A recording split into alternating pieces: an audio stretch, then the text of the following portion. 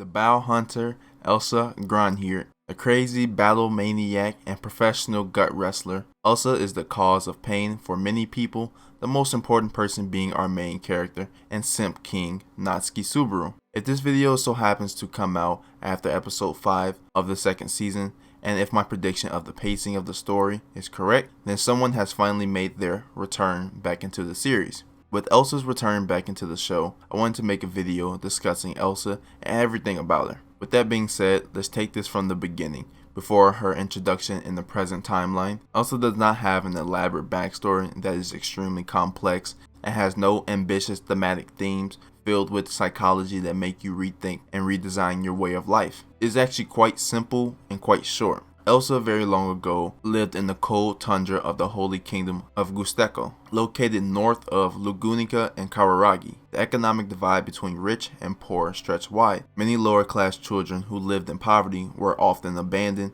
and Elsa was no exception to this statistic. She says she was just another kid with no parents, drinking dirty water just to survive in this harsh environment. She had no happiness nor purpose. One very cold day, as she was on her usual run of thievery, one of the shop owners caught Elsa, and recognizing that she was a girl, a smile came across his face and he began to strip her of her clothes. Noticing a shard of glass nearby, she reached out as the man leaned in closer. Elsa took that shard of glass and slit his stomach open. She thought nothing of the deed that she had just committed. The only thought that crossed her mind was the warmth from the chilling cold the blood and guts provided. It was here where she found a love, a passion, her happiness. It was the warmth of human bowels. From here, the next thing we know about Elsa's upbringing is that she joined an assassin organization. There is little to no information about that organization. All we know is that the person who runs the organization is called Mama. And one day, on a mission given by Mama, she met her partner in crime, Mei Li. From here, the two became the dynamic duo with their own side story, which I will get into later. As for now, that is all we know about Elsa's backstory. Maybe with Mei Li, we might get a bit more, but who knows. After the backstory, we bring ourselves back to the main timeline, back to Season 1, Episodes 1 through 3.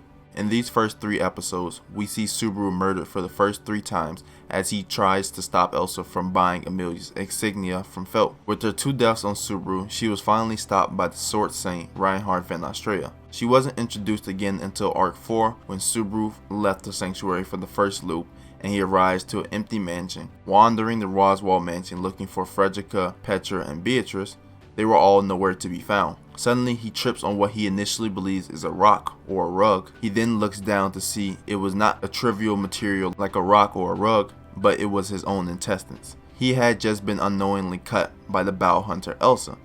This starts a series of death loops of Subaru and Elsa that finally concludes at the end of Arc 4, where Elsa fights Garfield Tencel. During their all-out battle, she revealed not only her backstory, but the reason that she is able to sustain such a large amount of damage and come out fine. She revealed that she was a vampire. However, playing a joke during the middle of the fight, Garfield asked was it because she was a vampire that she was addicted to blood and bowels. She quirkily responded with saying she doesn't drink blood or the usual stereotypes of vampires. The removal of people's bowels is a personal hobby of hers. Though myself and Garfield called her a vampire, Elsa's not actually a vampire. The reason for her immortality is a curse. The curse involves the user carving a curse mark that includes information on the potential victim. Once the curse is set in place and activated, they gain the power of immortality. However, they lose their sense of self and become a killing machine, thinking nothing but the victim's death. Once the victim has been killed, the user of the curse mark will die as well. As for Elsa, this seems not to be the case. She has found some way to avoid the 2 conditions of the curse and only keep the immortality. The 2 Elsa and Garfield have an all-out battle fighting each other to what I would say is beyond death. Here, Elsa became badly wounded and flicked the switch to turn on her kill mode. Here she turned into what one of the curse conditions were preventing her from being, a mindless killing machine. She hacked and slashed her way through the mansion. However, everyone had left by then and the mansion was up in flames. Burning down, Elsa was burned alive in the falling mansion. Now it is confirmed, yet not confirmed, that Elsa is dead. We know she went down with the mansion in flames, but the ambiguity of the way that she died because we did not technically see it, I like to believe that she maybe survived the collapse of the mansion and will show up later in the series. Elsa, being the Bowel Hunter, is known for carrying around her kukri knives. However, she is also assorted with all types of short blades, needles, and her feather cloak that is allowed to negate magical attacks. The one drawback to this feather cloak, it is only good against one attack. After that, the cloak is destroyed. As for the kukri blades, she has two specialized blades that are meant for killing, not viewing guts. The white blade and the black blade. The white blade is a thick and large mass kukri knife, polished for demolishing bones. The black kukri knife is similar to her normal blades, but it has a distinctive curve created for bludgeoning her enemies. Now I want to draw this video back to something I said earlier, that there was a side story of Elsa and Mei Li. It's called Elsa and Mei Li Assassin Sisters Journal. There are 4 parts, however only 2 have been translated thus far. I want to do a quick overview of the 2 parts, so let's start with part 1. This story takes place after the event of Arc 1 with the duel between Elsa and Reinhardt. Mei Li has just came back from doing her mission and arrives back at the hideout with the smell of blood in the air. Meanwhile, the guards of the Lagunica Kingdom are running in frenzy searching for the Bowel Hunter Elsa. Opening the door to the safe house, she finds Elsa laying on the floor full of blood. Elsa was not dead, but gawking full of joy. Not surprised by her joyful emotion, Mei Li asks where did she get her wounds from.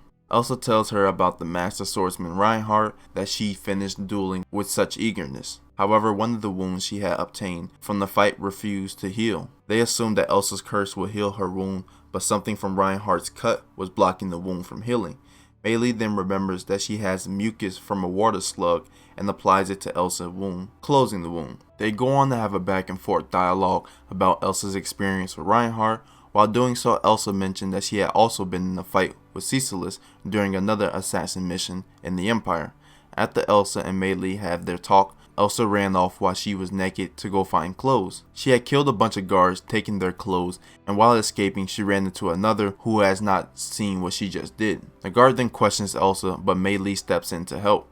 However, the guard could not recognize Elsa when compared to her wanted poster because she had dyed her hair to a different color. The both of them escaped to a loft where Mei Li is assigned her new mission to take place in Arc 2. On to the second part. There isn't much for me to say. This part was shortly after Arc 2, and it only focused on the dialogue of Elsa and Mei Li as they left Arlem Village and were hiking through the forest. And that is pretty much what the second side story consists of, friendly banter between the two sisters. So that is it for the video. I hope you all have enjoyed. As I said, I really do hope that Elsa shows back up in the story, because I don't believe that she's dead, because she tanked a Reinhardt level attack and came out relatively fine, I would say. And so for her to die to a burning building, I would say that's pretty anticlimactic. So I do believe she is alive, and we are going to see her sometime in Arc 7 or Arc 8. Whenever, but I do believe we're going to see her again.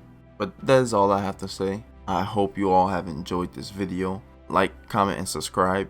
Follow me on Twitter, link in the description. I maybe do the tweets. Also, if there is actually a link in the description, because I'm not sure, because all this stuff is sort of pre-recorded. But if there is a link in the description, then click that link, because that is for the Discord. Join the Discord. I'm always be there. And if you want to talk to me, you can come in there and talk to me. If you want to talk to anybody else in there, talk to anyone you want to. However, if the link isn't in the description, don't blame me. But the link will maybe come soon, maybe. But the link there, click it. Hope you all have enjoyed the video. Thank you all for watching, and goodbye.